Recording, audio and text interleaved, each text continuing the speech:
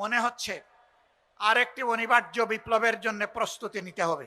আমরা কারো বাপদাদার চক্রাঙ্গানিকে আমরা পরোয়া করব না। চুরি ডাকাতি ইঞ্জিনিয়ারিং করে ভোট কেড়ে নেওয়া হয়েছে, নেওয়া হোক। আমরা সংসদে যা আছি তাই নিয়ে আমরা সিংহের মতো লড়াই করে যাব ইনশাআল্লাহ। আমরা জানি সহজে কানে পানি ঢুকবে না, তখন সিরিঞ্জ দিয়ে যদি ঢুকাইতে হয় সে পানি আমরা ঢুকাবো। যদি ফয়সালা সংসদে না হয় তাহলে যেখানে কথা বলতে মাননীয় স্পিকার বলতে হয় না, যেখানে কথা বলতে স্পিকারের অনুমোদন লাগে না, সেই খুলনার মাঠ, বরিশালের মাঠ, চট্টগ্রামের মাঠ, কুমিল্লার মাঠ, সিলেটের মাঠ, ময়মনসিংহের মাঠ, রংপুরের মাঠ, রাজশাহীর মাঠ, বগুড়ার মাঠ, সব জায়গা থেকে আগ্নেয়গিরি তৈরি হবে। শত যন্ত্রণা বুকে নিয়ে আমরা নির্বাচনের ফলাফলকে আমরা মেনে নিয়েছি, কিন্তু একথা মনে করবেন না কেউ, নির্বাচনের ফলাফল দেশে একটা গৃহযুদ্ধ শুরু না হোক সেই জন্য আমরা মেনে নিয়েছিলাম।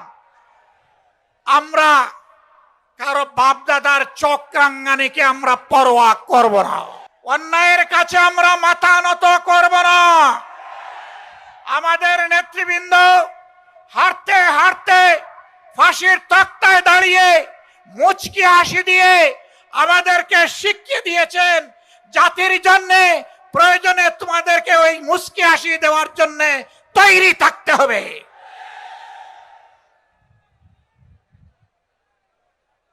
খানজাহান আলী শাহ মখদুম, শাহজালালের এই বাংলাদেশে জনগণ সেই মুচকি হাসি দেওয়ার জন্য প্রস্তুত।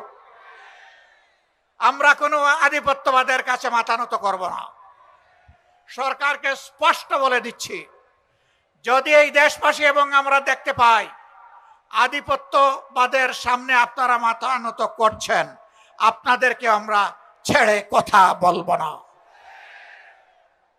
সাবধান, 20 কোটি মানুষের 24 কোটি হাত আজ প্রস্তুত। সীমান্তে সুড়সুড়ি দেওয়া হচ্ছে। পশ্চিমের নামে একটা দেশ তাদের নাগরিকদেরকে অবৈধভাবে আমাদের দেশে ঠেলে দিতে চাচ্ছে। আমাদের মুষ্টিমেয় বিজিবি সদস্য সীমান্তে যখন দাঁড়িয়ে গেছে, জনগণ তখন তাদের ডান হাতে পরিণত হয়েছে। এই ডান হাত সারা বাংলাদেশের 20 কোটি মানুষ। অতএব আমরা চাই না আমাদের কোনো প্রতিবেশীর ঘুম এবং শান্তি কেড়ে নিতে, আবার কোনো প্রতিবেশী আমাদের দিকে তাদের কালো হাত বাড়াক, ওইটাও আমরা চাই না। যদি কেউ আমাদের দিকে কালো হাত বাড়ায়, মহান আল্লাহর উপর ভরসা করে বলছি, সেই কালো হাত ভেঙে দেওয়া হবে ইনশাআল্লাহ।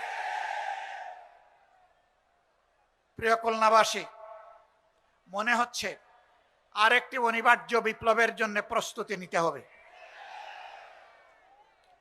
আপনারা কি সেই প্রস্তুতি নিতে রাজি আছেন?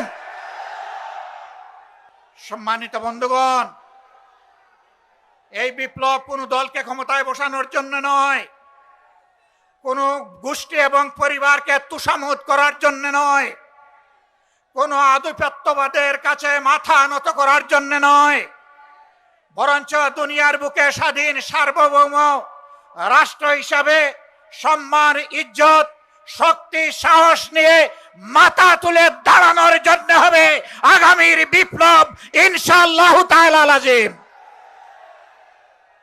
সেই অনিবার্য বিপ্লবের প্রস্তুতি নেওয়ার আহ্বান জানিয়ে একটি শোষণ, দুর্নীতিমুক্ত, চাঁদাবাজ মুক্ত,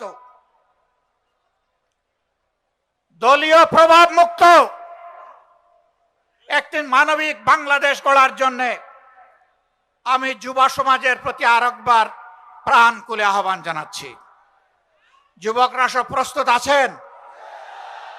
এক মুরব্বীও হাত তুলেছেন।